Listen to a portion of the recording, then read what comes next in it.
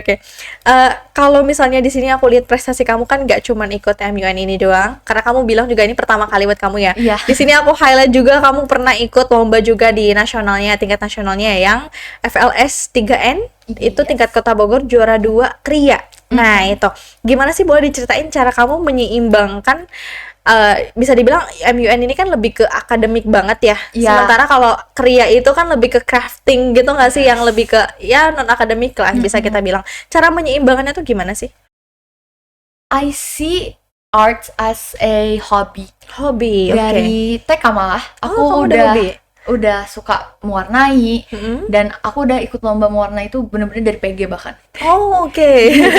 Jadi untuk seni itu aku merancang seni sebagai tempat aku untuk kabur dari dunia yang udah kejam gini gitu loh. Oke. Jadi misal aku lagi capek atau aku lagi kayak bad mood gimana, akhir-akhirnya kalau aku nggak melukis, aku DIY.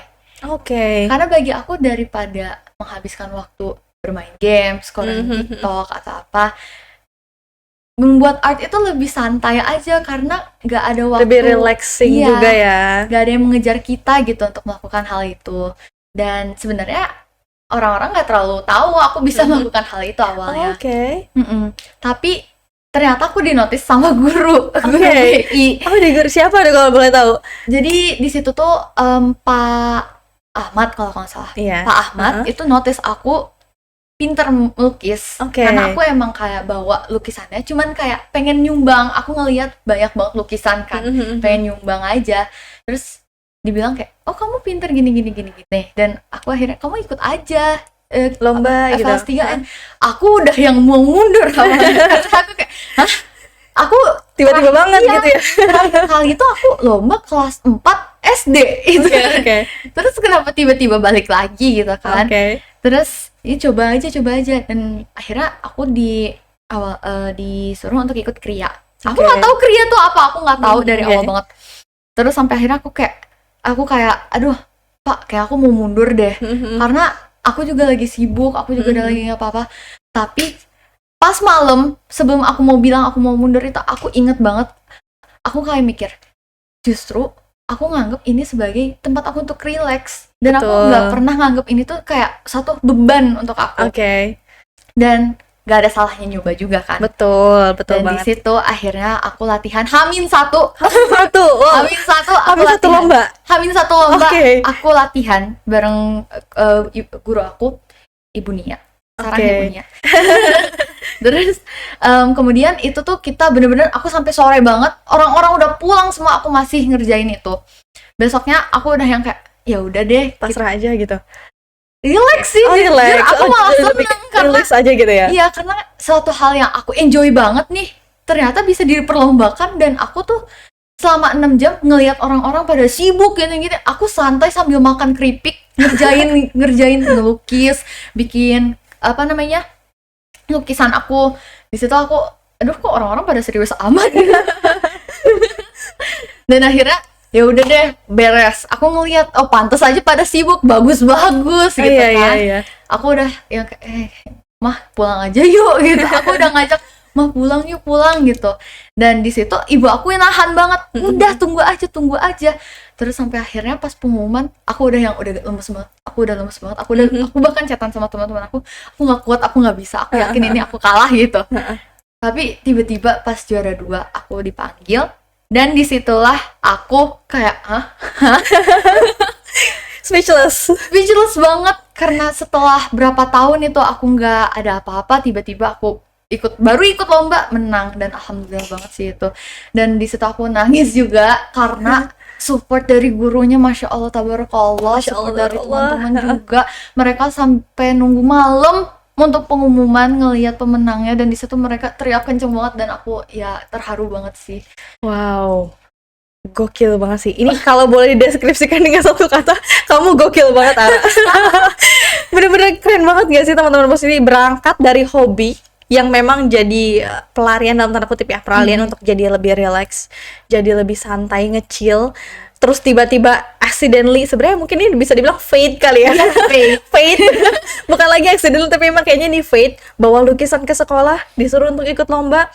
Dengan H-1 latihan, terus tiba-tiba jadi juara 2. That's amazing. Kalau menurut aku Thank itu you. amazing banget ya. Karena itu menjadi hal yang menurut aku kebanggaan banget gak sih ketika hobi ternyata yang kita anggapnya itu kayak biasa aja itu tuh di-appreciate dan ternyata terbukti gitu. Iya. Jadi valid gak sih kalau misalnya apa yang kamu kerjakan tuh ternyata ada gunanya gitu selama Iya. ini. Jadi nggak cuma sekedar hobi atau nggak cuma sekedar untuk relaksasi aja Iya. kayak gitu. Dan apakah kamu tertarik untuk next ikut lomba kriya lagi? Probably yes. Oke. Tapi mungkin teman-teman Boss Siti jadi terinspirasi kalau misalnya apa yang menjadi kegemaran itu bisa juga menjadi sebuah prestasi, jadi sebuah achievement buat kita. Jadi jangan ragu dan jangan takut seperti yang kamu pikirkan ya di malam hari itu, yang ketika ini adalah justru kesempatan buat kamu. Iya. Gitu. Itu sebuah pemikiran yang sangat dewasa banget menurut aku dan Oh. luar biasa banget ya.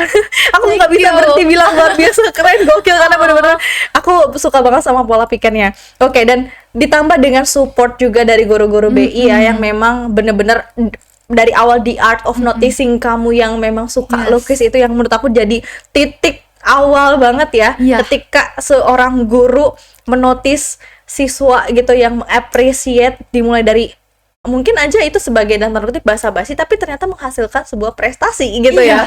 Dan itu luar biasa banget sih. Kita kasih applause dulu untuk guru-guru di SMA Boss Wabina Insani. Sayang. Oke. Aku mau nambahin boleh? boleh. Pas aku beres latihan pun, di situ aku banyak banget barang-barang yang aku nggak punya dan aku juga kena cutter pas itu. Oke. Di situ Bu Nia, nggak apa-apa kan ya? Iya, nggak apa-apa banget. Bu Nia bener-bener nyari barang-barang yang aku butuhin semua diseludupin ke dalam itu buat aku bawa besok. Dan itu aku Oke. kayak, support terharu guru B itu on top banget. Kita Bener-bener kayak bikin kamu jadi oh my god, kamu merasa sangat beruntung gitu ya. beruntung banget. Aku merasa kayak aku beneran di rumah kedua, bukan yang kayak ya pingan aja gitu. Iya. Ngerasa ngerti. kayak orang tua kedua aku beneran ada di sekolah dan rumah aku emang yang kedua ada di sekolah ini gitu. Wow, keren banget. Oke. Mungkin kita next lagi karena masih banyak banget yang pengen aku tanyain ya. Boleh. Nah, kalau tadi kan kamu juga udah cerita gimana peran SMA BI untuk mendukung bakat kamu dan sampai kamu ikut lomba. Nah, mungkin ini kita sedikit balik lagi mundur ke MUN ya. Kira-kira kalau dari sisi akademik gitu ya, keterampilan apa sih yang memang harus kita punya sebagai siswa kalau kita pengen ikut MUN gitu? Keterampilan yang pasti adalah jangan males baca. Males baca ya. Berarti literasinya harus ditingkatin. Literasinya harus tingkat banget karena ini aku sendiri untuk position paper yang hanya 2 halaman itu research aku ada 17 website. Wow. 17 website dan itu tuh dibaca satu-satu ya. Iya, enggak cuma asal Iya. screening aja Kayak, gitu. aduh kayaknya ini make sense deh aku copy, nggak harus didalemi kok. Oh oke, berarti negara aku consistency-nya kayak begini gini gitu. Itu yang pertama, jangan males baca, literasi ditingkatkan. Yang kedua adalah public speaking. Public speaking. Public speaking is very important karena tanpa public speaking yang jelas itu orang-orang nggak akan tahu sebenarnya apa yang ada di dalam pikiran kalian. Mungkin aja banyak ide kalian yang lebih keren, lebih bagus, tapi orang-orang nggak tahu gimana cara taunya karena kamu nggak tahu cara untuk ngomong. Iya, betul. Yang ketiga adalah confidence. Itu pentingnya penting banget gitu. Karena tanpa confidence untuk kamu ngomong di depan orang, itu orang-orang lebih nggak tahu lagi nih kamu sebenarnya mau ngapain. Kalau misalnya kamu kayak takut, kamu masih ngomong, tapi mungkin belum lancar lah ya, itu masih oke. Karena ada mungkin orang yang lebih paham dan dia bakal ngejelasin. Tapi kalau kamu udah nggak confidence, nggak bisa public speaking, udahlah. Berarti emang harus banyak yang diasah ya. Confidence sih. Confidence itu bener-bener penting banget. Setidaknya confidence untuk ngomong ke seseorang deh. Betul. Walaupun orangnya itu mungkin belum terlalu kamu kenal, tapi kalau kamu memiliki suatu ide, langsung aja ngomong ke seseorang, biar orang itu mungkin bisa bercerita ke orang lain, dan akhirnya semua orang bisa tahu mengenai ide kamu yang cemerlang itu. Betul banget. Berarti memang titik awalnya sebelum kita bisa speech, sebelum kita bisa public speaking kan pasti kita harus ada kemauan di hati, itu confidence itu sendiri nggak sih? Berarti yang kayak emang nomor satunya banget nih confidence gitu ya. Yes. Oke. Nah, ini berkaitan juga sama confidence. Banyak siswa juga pasti pengen ikut MUN, tapi ini satu kata yang sebenarnya banyak banget mungkin dialami sama orang, minder. Karena kemampuan dari bahasa Inggrisnya, mungkin dia udah confidence, dia udah bisa public speaking, dari bahasa Inggrisnya mungkin ini yang menjadi hambatan atau PR buat mereka gitu ya. Kira-kira apa sih pendapat kamu tentang hal tersebut, atau gimana caranya supaya mereka jadi lebih more confidence lagi gitu? More confidence in my opinion, and honestly Inggris aku grammarnya masih berantakan guys, dan yang bikin aku confidence itu kenapa adalah aku tahu tentang country aku. Yang penting adalah materinya kalian paham ya, bukan bisa dibaca atau dihafalkan. Misal kayak Qatar itu dia punya sistem begini-begini loh, dan begini-begini. Nanti mungkin kalian masih bisa ngejelasin tapi pakai bahasa Indonesia. Tapi setelah itu kan kamu bisa translatein di dalam kepala kamu mengenai begini-begini. Terus nanti kalau misalnya emang masih setengah-setengah, atau mungkin punya teman yang lebih pintar atau gimana, bukan lebih pintar, yang bisa menggunakan bahasa Inggris lebih fasih gitu ya? Itu bisa di-share dulu seperti itu. Kalau menurut aku, selagi materinya bisa dipahami sama teman-teman semua, dan bahasa Inggrisnya udah bisa at least mengerti apa kata orang, nggak apa-apa, ikut aja. Ya, karena lebih menyesal tidak ikut daripada menyesal ikut, guys. Lebih menyesal karena ikut daripada menyesal tidak ikut maksudnya ya? Oh iya, sorry. Lebih baik menyesal karena udah pernah join, daripada kita menyesal karena aduh harusnya gue join nih gitu ya, tapi ketinggalan gitu ya. Karena ya kalau misalnya udah lewat gitu, kalau misalnya gue nyesel deh ikut begini-begini, tapi ada suatu hal yang kita pasti pelajari gitu. Betul. Suatu event itu gitu sih. Suka banget lagi sama pikiran ini, karena emang kita lebih baik regret karena ngelakuin sesuatu, tapi at least kita pernah mencoba daripada kita nggak pernah coba. Jadi kan kita nggak tahu rasanya kayak gimana kan, dan kita nggak pernah dapat pengalaman itu. Justru dengan kita ikut, kita tahu pengalamannya, kita bisa evaluasi dan mungkin be better dari situ. Gitu. Oke. Nice banget ini. Kira-kira nih mungkin ini kita dari kamu yang sudah mengikuti MUN gitu, kamu ngerasa nggak sih ada perubahan di dalam diri kamu, baik dari cara kamu berpikir, tadi kan kamu udah sempet bilang kalau kamu makin open minded lagi gitu ya, dan rasa percaya diri, atau mungkin dari kemampuan berkomunikasi kamu yang lebih lagi gitu? I can say a lot honestly. Ya, untuk English aku, of course I feel like I improved a lot ever since ikut itu juga. Terus ditambah lagi confidence aku yang awalnya udah, jujur aja aku tuh awalnya nggak berani untuk ikut ini karena bahasa Inggris aku kan masih grammarnya masih belibet, nggak jelas gitu kan. Tapi di sini teman-teman aku sama orang tua aku juga nge-support, kayak ya udah deh coba aja, yang penting kan bisa bahasa Inggris gitu. Betul. Terus aku juga ngerasa kalau ya pemikiran aku sekarang lebih dewasa sih ngelihatnya, kayak seperti yang tadi aku bilang, lebih mending kita nyesel karena udah ikut daripada nggak ikut. Itu tuh karena awalnya aku beneran nggak mau ikut MUN. Dari kelas 9 aku udah ditawarin. Aku bilang aku nggak pede deh, aku kayaknya belum bisa deh dan lain-lain. Tapi sampai akhirnya udah coba dulu aja, mau menang mau kalah ya udah, yang penting udah coba. Dan aku ngerasa kayak ya untung aja ya aku ikut, walaupun aku kalah pun nih, aku tuh bisa ngasih ilmu yang udah aku dapetin ke adik-adik, ke kakak-kakak kelas, ataupun ke teman-teman aku sendiri yang pengen ikut juga nantinya. Betul. Setuju banget lagi sama pemikirannya. Mungkin ini juga jadi satu yang menurut aku jadi ibaratnya penasaran banget ya sama pola pikir Ara. Tadi kan kamu sempat di awal bilang kalau kamu untuk di akademis lebih ke arah saintek.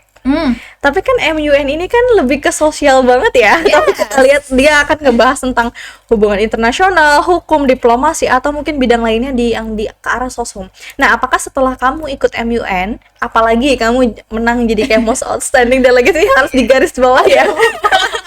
Apakah kamu jadi tertarik untuk menggeluti di bidang soshumnya? Soshum, sejauh ini aku, fun fact, aku pas kelas 9 pengennya jadi diplomat. Makanya disuruh MUN tapi aku mundur di situ kan. Cuman aku sadar di kelas 10 kalau aku lebih enjoy belajar IPA daripada belajar soshum. Namun aku menganggap prestasi aku dan apa yang sudah aku lalui ini sebagai pelajaran. Kalau misalnya ada suatu hal yang aku butuhkan nanti, misal kayak aku mungkin jadi peneliti dan aku harus memberitahu mengenai penelitian aku ke orang-orang yang mungkin di atas aku atau bagaimana. Dengan aku tahu cara untuk public speaking, cara untuk confidence ngomong ke orang, itu udah menjadi kayak nilai plus point gitu lah. Kalau misalnya ada hal yang mendesak itu untuk aku lakukan. Seperti itu sih. Kalau untuk dilanjutkan, mungkin untuk ikutnya, iya mungkin. Cuman untuk studinya fokus ke diplomat, untuk sekarang kayaknya belum ada arah ke sana ya. Oke. Tapi emang bener sih, karena sosum itu kan ibaratnya sosum dan saintek itu sebenarnya balance ya. Kayak nggak harus bisa atau nggak wajib cuman bisa saintek aja, tapi kita juga harus tahu gimana cara bersosialisasi. Apalagi kalau bener kata kamu, kalau kita seorang peneliti yang mana hasil riset kita kan harus kita share ke orang lain, betul ya. Dan ibaratnya di dalam satu bidang kementerian gitu kan, ada Kementerian Kesehatan, kementerian yang bergerak di bidang saintek juga, dan mereka juga masih perlu kemampuan public speaking yang tadi udah disebutkan juga, dari confidence dan lain-lain. Menurutku itu jadi nilai plus justru ya. Ketika akademik bergerak di saintek, ternyata prestasi kamu bergerakkan di sosum, jadi balance banget. luar biasa. Oke, kalau misalnya kamu misalnya dikasih kesempatan nih untuk ikut Aimun tapi mewakili Indonesia di forum internasional lainnya, kira-kira apa yang pengen kamu capai di next berikutnya gitu? Gimana ya? Boleh diulangin nggak? Aku masih agak bingung. Jadi misalnya kamu ikut Aimun lagi, tapi kamu mewakili Indonesia nih, gitu di forum internasional lainnya.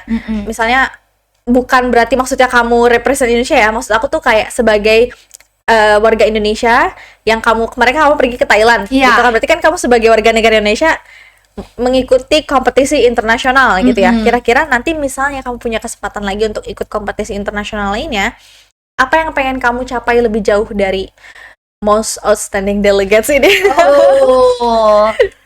Sejauh ini seperti yang aku bilang, aku nggak expect any kind of award, karena yang aku pengen adalah solusi untuk international. Aku pengen mungkin ini agak susah untuk kita dapatkan di dunia ini ya. Betul. Tapi aku pengen dunia ini ya kalau bisa tentram deh. Kalau enggak, at least ada kesetaraan lah untuk beberapa orang yang seperti kalau di sini kan seingat aku membahas mengenai refugees. Beberapa tentang human rights yang refugees gitu. Dan aku ngerasa kayak wah, nggak adil banget ya. Dan aku tuh pengen orang-orang yang seperti itu tuh merasakan apa yang aku rasakan sekarang, karena untuk sekarang tuh ini termasuk beruntung lah aku tuh, dan aku pengen mereka tuh ngerasain seperti ini juga. Nggak mau mereka yang kayak harus mencari rumah di mana-mana dan lain-lain. Pengennya sih lebih ke arah itu. Tapi kalau untuk prestasi most outstanding delegate, menurut aku udah out of mind banget. Kalau misalnya aku disuruh untuk tancap gas lagi, kalau bisa best delegate. Oke. Cuman lebih utamanya aku lebih ke solution yang bisa ini propose, karena fun fact, solution yang udah kita bikin di Aimun ini akan ditindaklanjutin lagi di UN. Berarti ibaratnya kamu punya mimpi yang lebih besar dari sekedar title awards itu ya. Tapi kamu pengen hasil dari ikut Aimun atau MUN ini jadi banyak manfaatnya dan bisa terpakai di kemudian hari atau mungkin lebih luasnya ke kancah dunia gitu ya. Dan itu menurut aku benar-benar pemikiran balik lagi amazing, dewasa banget, dan kasih applause lagi. Aku suka banget dari tadi sama jawaban kamu. Oke, mungkin aduh sayang banget tapi ternyata waktu kita singkat banget. Tapi sebenarnya kalau boleh aku pengen seharian sama Ara. Cuma sayangnya kita punya durasi, jadi mungkin aku langsung ke pertanyaan terakhir aja ya. Nah, sebagai penutup ini, kira-kira ada nggak sih pesan atau motivasi untuk teman-teman di Bawah Bidang Insani yang pengen coba ikut kompetisi nasional maupun internasional? Mungkin boleh langsung disampaikan. Seperti yang aku bilang tadi, kalau misalnya kamu memiliki suatu kelebihan atau hobi atau apapun itu yang kamu bisa, dan kamu pengen nyoba untuk ikut kompetisi, ikut aja. Mending nyesel karena mending nyesel karena ikut daripada nyesel karena nggak ikut. Karena siapa tahu mungkin kamu nggak mendapatkan awards atau mendapatkan piala sebagai pemenang, namun kamu udah menjadi pemenang di sekolah ini dan juga udah jadi pemenang untuk diri kamu sendiri yang udah mau berani mencoba. Ditambah lagi siapa tahu nanti kamu bisa bantuin adik-adik, kakak-kakak atau bahkan teman-teman kamu sendiri yang mau mencoba untuk ikut lomba. Gitu guys. Wow, keren banget ya. Ingat kata-kata dari Ara ya. Tolong digarisbawahi. Di garis bawahi quote of the tolong. day. Yes. Oke, luar biasa banget Ara. Thank you so much udah nyempetin waktunya untuk datang dan cerita banyak banget hal. Mungkin kalau teman-teman Bos Niti penasaran, boleh dikasih tahu mungkin Instagramnya, boleh dikepo-kepoin. Boleh banget langsung follow Instagram aku di @kirstr_, dan di situ kalau misalnya mau DM aku boleh langsung DM karena sebenarnya adik-adik kelas aku juga udah banyak banget nanya-nanya mengenai MUN. So jangan malu-malu, nggak apa-apa kalau mau ketemu juga di sekolah aku atau mungkin kakak kelas, adik kelas, teman-teman aku mau ketemu boleh banget langsung aja calling-calling. Oke, berarti emang kamu menjadi apa ya ibaratnya terbuka banget lah ya untuk siapapun yang pengen belajar ya. Oke, jangan ragu ya teman-teman Bos Niti untuk kontak-kontak ke Ara nih. Karena apalagi terutama untuk adik-adik yang ada di mungkin SD, SMP yang masih satu sekolah di BI gitu ya, pastinya akan dibantu gitu. Oke, sekali lagi terima kasih untuk Ara udah menyempatkan hadir dan terima kasih juga kepada teman-teman Bos Niti yang sudah menonton podcast kita sepanjang ini. Sampai ketemu lagi di konten-konten berikutnya. Dadah. Itu aku banyak ininya tahu. Apa? Kayak salah